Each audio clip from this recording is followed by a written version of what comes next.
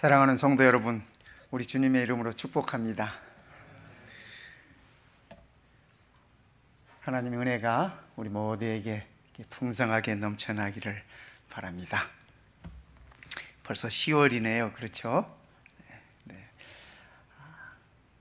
우리 모든 성도들에게 또 마음마다 하나님의 타치하심이, 하나님의 손길이 느껴지는 그러한 안식일이 되시기를 바라겠습니다.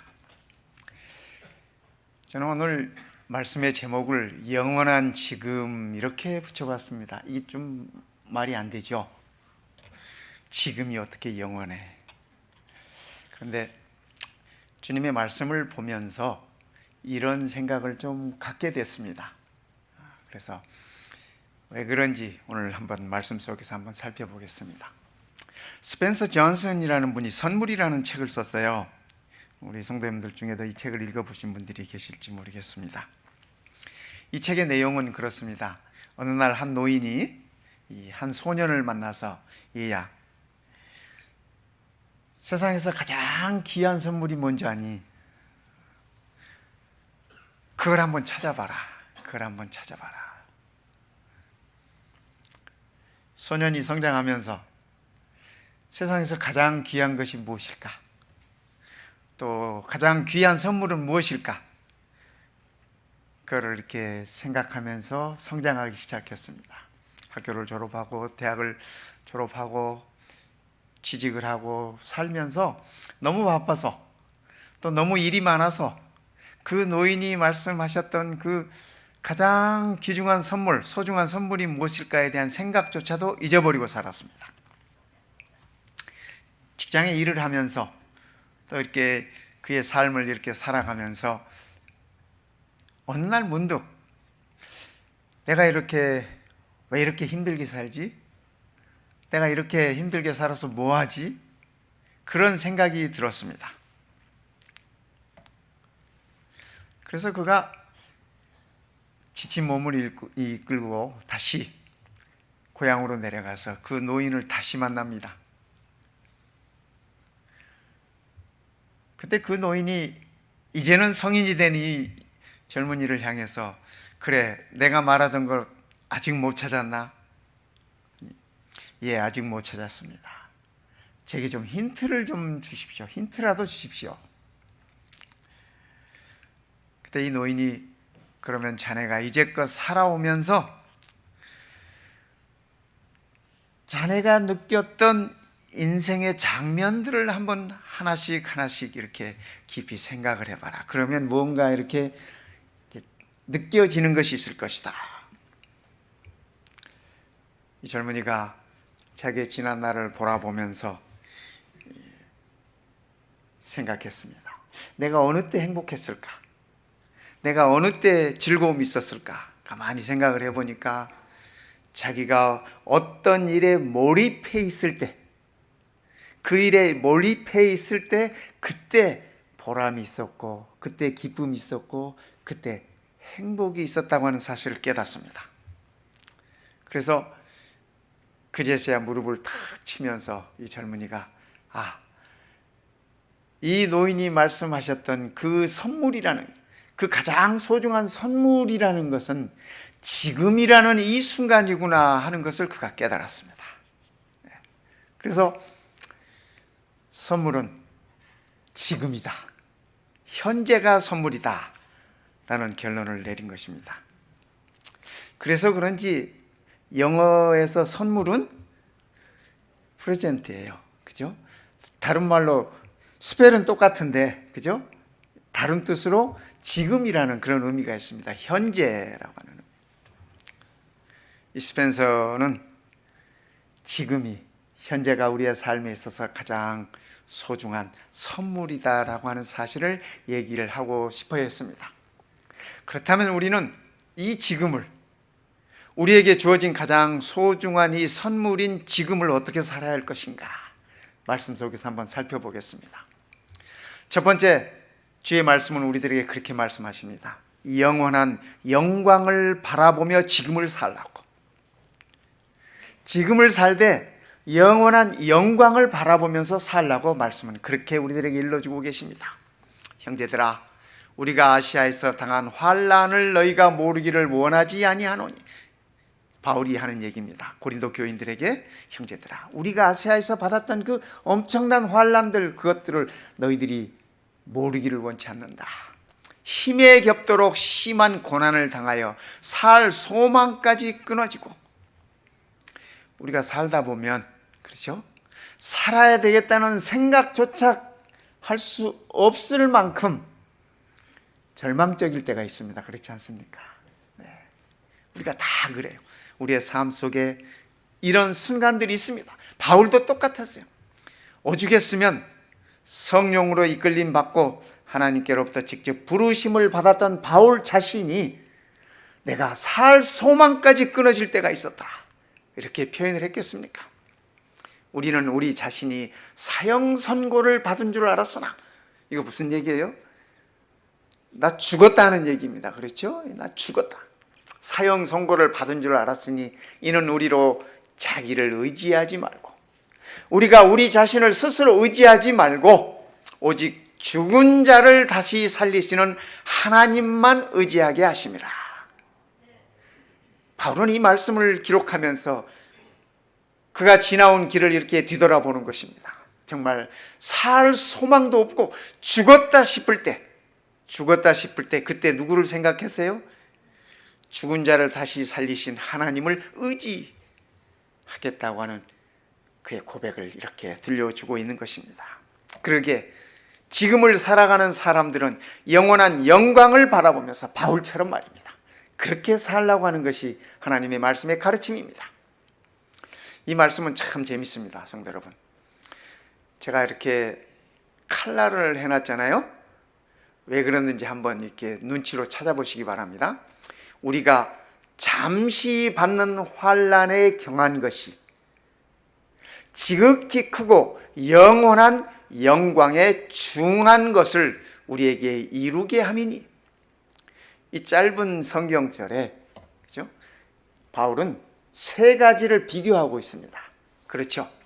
잠시, 짧은 시간이에요.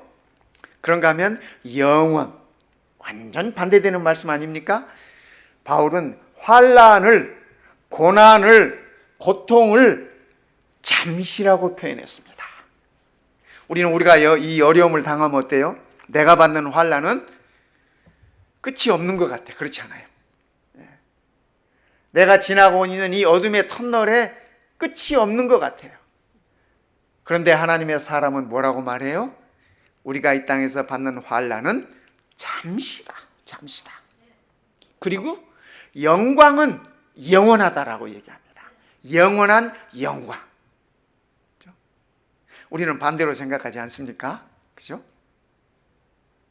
그러나 우리 주의 말씀은 우리가 세상에서 당하는 모든 환난은 잠시. 그리고 그분께서 우리를 위하여 마련하신 영광은 영원한 것이라고 그렇게 얘기합니다. 그러면서 환난을 가벼운 것이라고 표현했어요. 환난에 경한 것이. 우리는 어려움을 가볍다고 느껴본 적이 없잖아요. 내 손끝에 가시 하나만 들어와도, 그죠? 얼마나 괴롭습니까? 온몸이 괴로워, 온몸이. 그렇잖아요.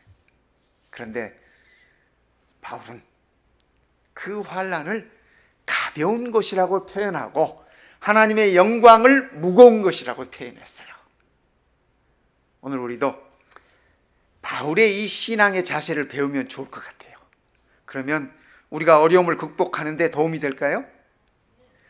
우리가 주저앉은 곳에서 일어나는데 힘이 될까요? 그렇죠? 네, 그렇습니다. 지금이라고 하는 시간을, 오늘이라고 하는 이 시간을 영원을 바라보면서 살라고 하는 것이 주의 가르침입니다. 그러게 다른 편지에서 바울은 이렇게 얘기합니다. 생각하건대 현재의 고난은 장차 우리에게 나타날 영광과 좋게 비교할 수 없도다. 비교도 안 된다는 얘기를 하고 있어요. 지금 같은 말씀을 각기 다른 교회에 이렇게 주시는 편지 속에서 바울은 이렇게 표현하고 있는 것입니다. 그러니까 성도 여러분, 오늘 우리가 당하고 있는, 오늘 우리가 겪고 있는 고난과 고통과 환난이 있다 할지라도 이것은 잠시는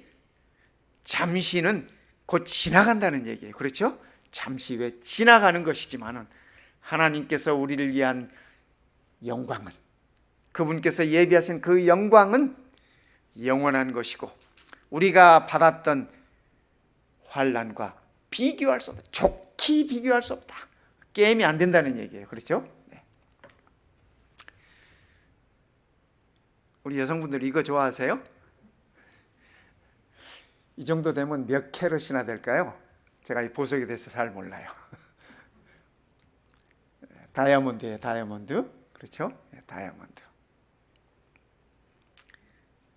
이거는 뭐예요? 이거는 숯이에요. 숯. 우리 재림 성도들 숯 좋아하시더라고. 집집마다 숯 없는 집이 별로 없는 것 같아. 그죠? 네. 숯이 좋아요. 이 냄새도 제거하고 뭐 그죠? 네, 좋습니다. 또 숯가루는 얼마나 잘 먹는지.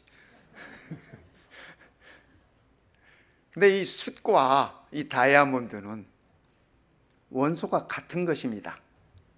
우리가 다 배웠잖아요, 옛날에. 그죠? 탄소야, 탄소. 원소가 같은 것이에요. 그런데 하나는 숯덩이에 불과하고 하나는 그렇게 값이 나가는 다이아몬드야, 다이아몬드. 무엇이 그 차이를 만드는지 아십니까? 원소는 다 같은 탄소예요, 탄소예요. 그런데 그죠?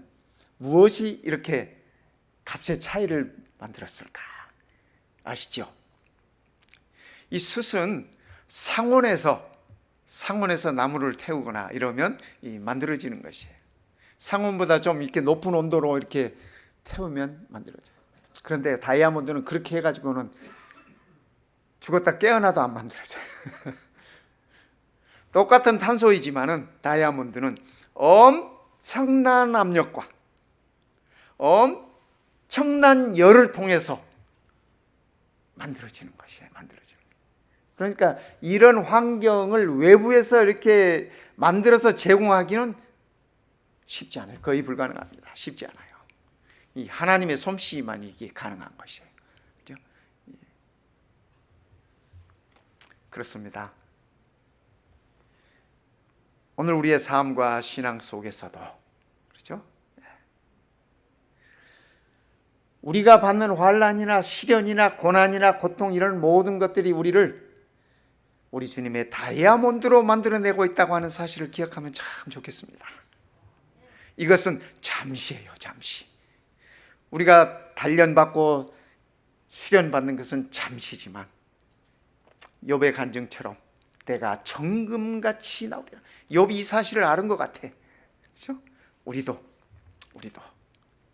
똑같은 탄소이지만은 다이아몬드가 하나님의 다이아몬드로 우리가 다시 태어날 것입니다.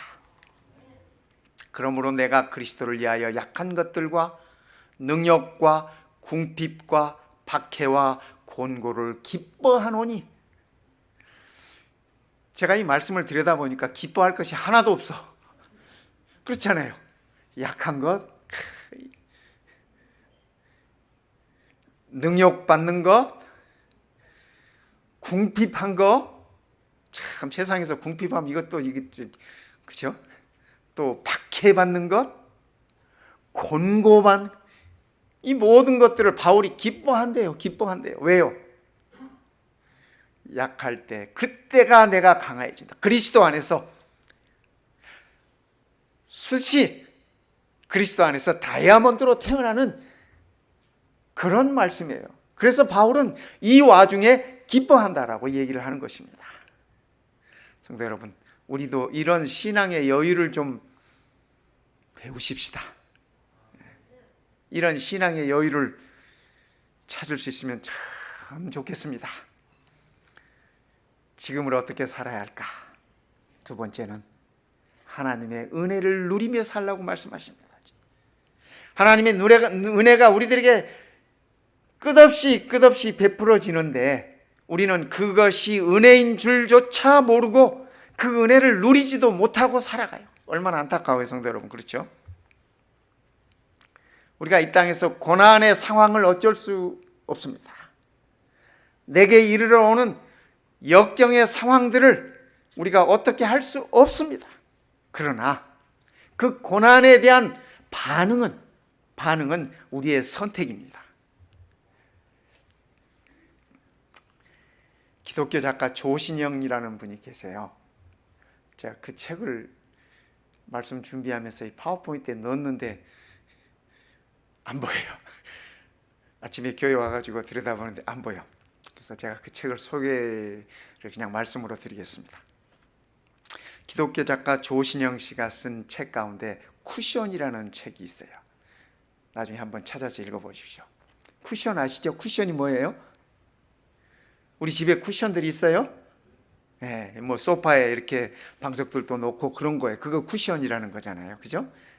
쿠션은 참 우리의 삶 속에 어디나 있어요. 어디나 있어요. 이 완충 역할을 하는 거.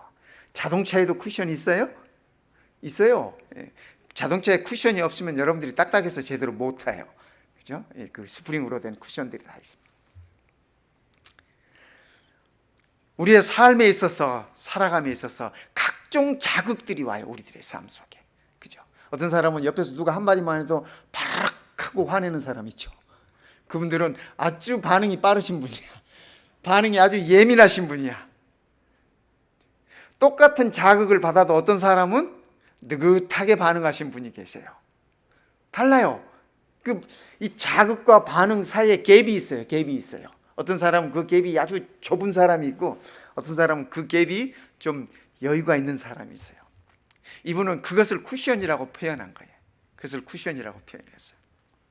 그래서 이 자극과 반응 사이에 그 틈새가 있는데, 그 쿠션이라고 하는 그 틈새가 있는데, 그 틈새에 따라서 사람마다 새로운 가능성의 공간을 갖는다는 것이에요. 너무 어려운 얘기인가요? 쉽게 말하면 자극이 왔을 때 내가 어떻게 대처하느냐에 따라서, 내가 어떻게 반응하겠다고 결정하느냐에 따라서 삶이 달라지고 신앙의 모습도 달라진다고 하는 얘기입니다. 그래서 이분은 얘기하기를 반응하는 능력이, 내게 주어지는 그 자극에 반응하는 능력이 우리의 삶을 자유케 한다라고 표현했어요. 저는 그 표현이 참 좋았습니다. 좋았어요.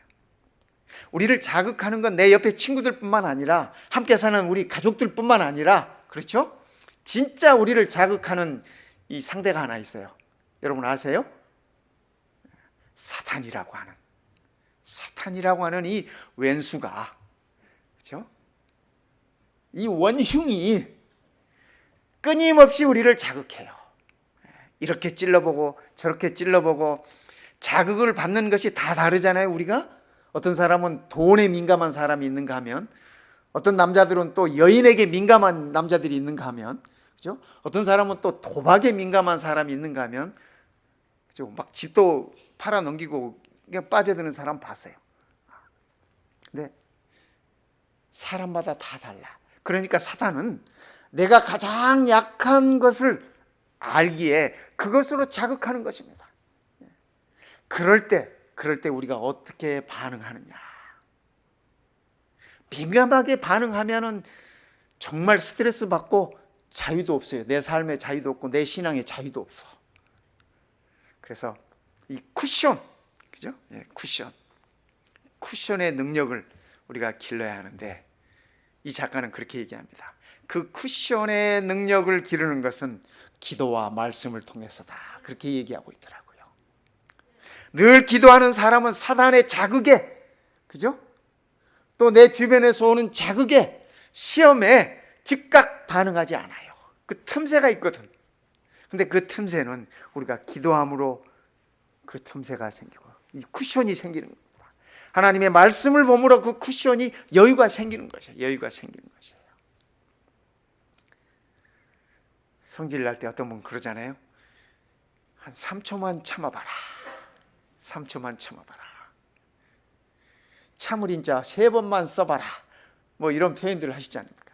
그게 그 얘기야. 그게. 고난의 시간을 은혜를 누리는 시간으로 우리가 만들어 볼 수 있다라고 하는 얘기입니다.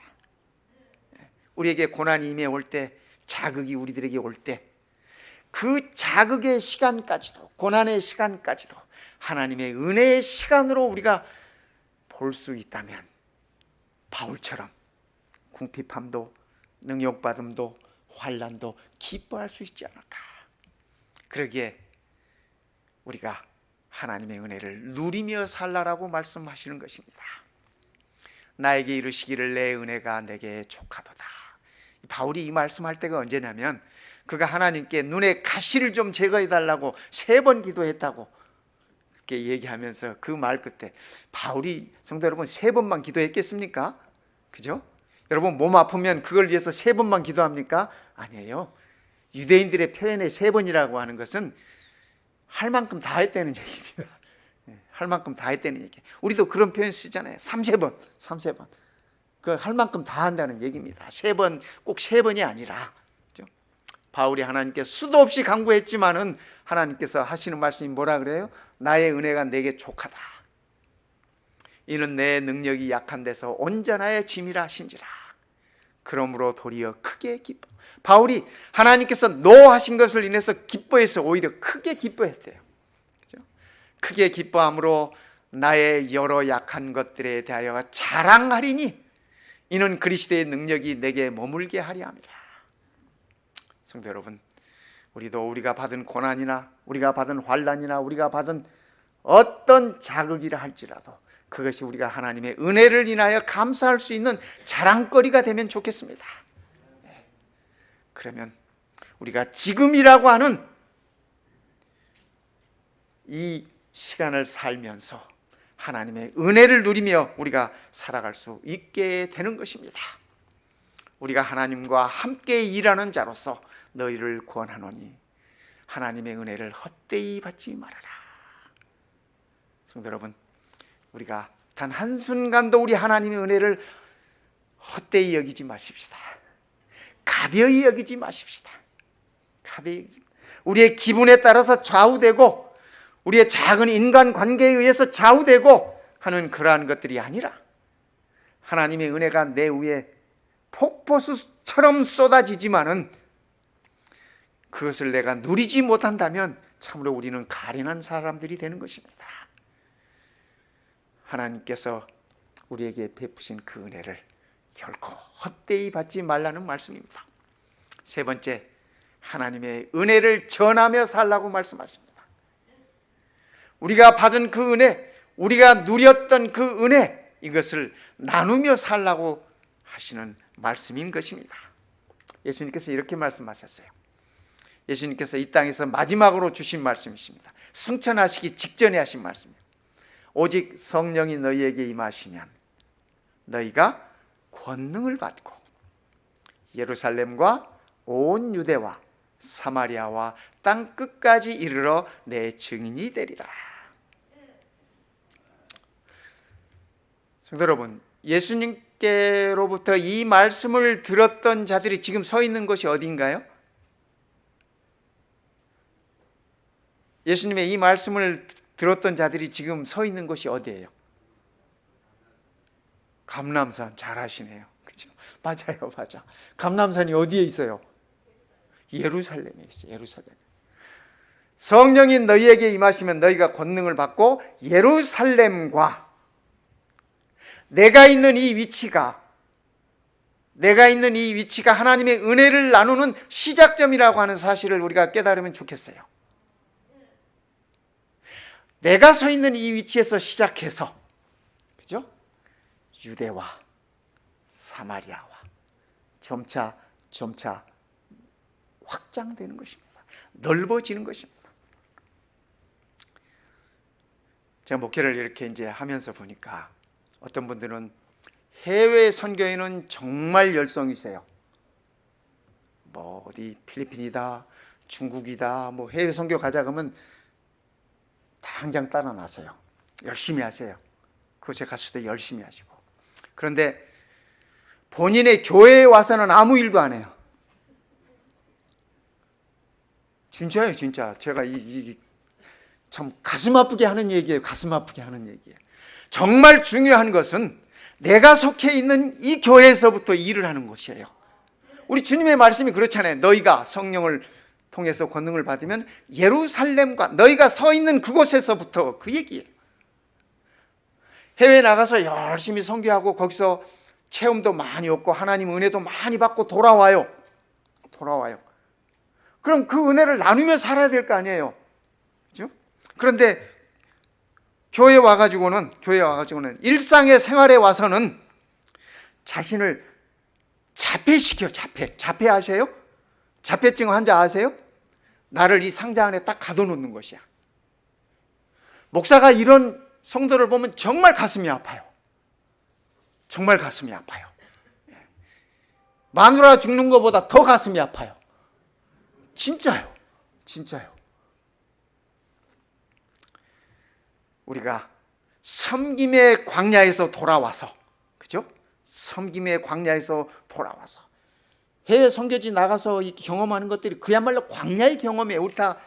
우리 마운틴뷰 교회 성도님들 다녀보셨잖아요. 저 필리핀도 가보시고 다 가보셨잖아요. 그것의 경험은 광야의 경험입니다. 그러면 그 광야에서 섬김을 통하여 누렸던 그 은혜를 일상으로 가지고 와서 일상에서 나눌 수 있어야 돼요. 그게 안 되면 문제 있는 겁니다. 문제 있는 것이. 땅끝만이 아니라, 그죠? 땅끝만이 아니라 예루살렘에서부터, 내가 서 있는 이곳에서부터 증인이 되어야 한다고 하는 것이 우리 주님의 마지막 부탁의 말씀이셨습니다. 우리 주님께서 승천하기 직전에 하신 말씀이 바로 이 말씀이었습니다. 그러기에 우리는 그 은혜를 누리며 살아야 할 것입니다.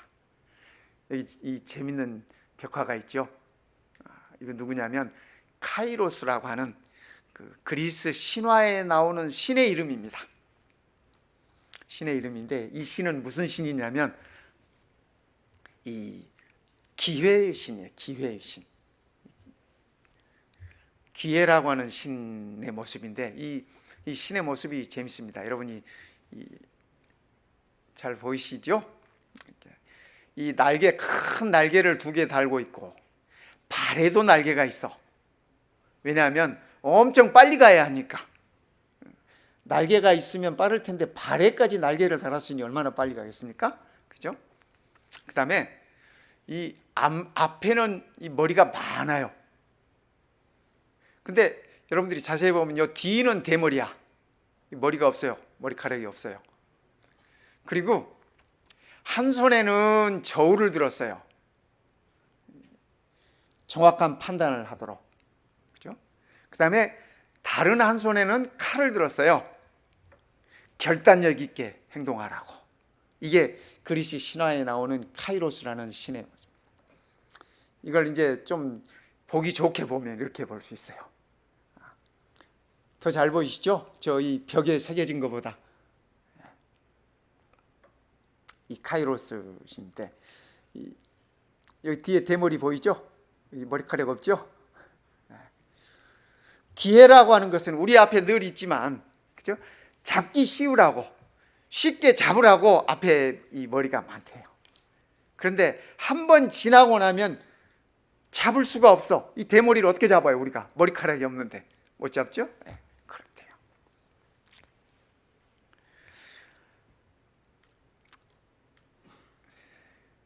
이르시되 내가 은혜 베풀 때 너에게 듣고 구원의 날에 너를 도왔다 하셨으니 보라 지금은 은혜 받을 만한 때요 보라 지금은 구원의 날이로다. 성도 여러분, 감사하십시다. 노아가 방주의 문을 닫았을 때, 노아가 닫은 건 아니에요. 하나님께서 닫으셨어요. 닫았을 때 그 백성들에게 다시는 기회가 없었어요. 아시잖아요. 그래서 노아의 8 식구만 살아남았잖아요. 그런데 우리는 아직 기회의 문이 있습니다. 보라 지금은 은혜 받을 만한 때요 보라 지금은 구원의 날이로다. 아직 우리에게 이 기회가 있음을 인해서 감사하십시다.